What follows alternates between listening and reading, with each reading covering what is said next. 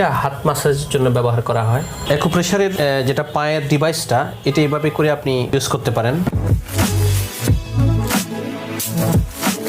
Take tools পেজের পক্ষ থেকে আপনাদেরকে স্বাগতম। আজকে আপনাদের জন্য ব্যতিক্রমধর্মী একটা অতীব উপকারী প্রোডাক্ট নিয়ে এসেছি।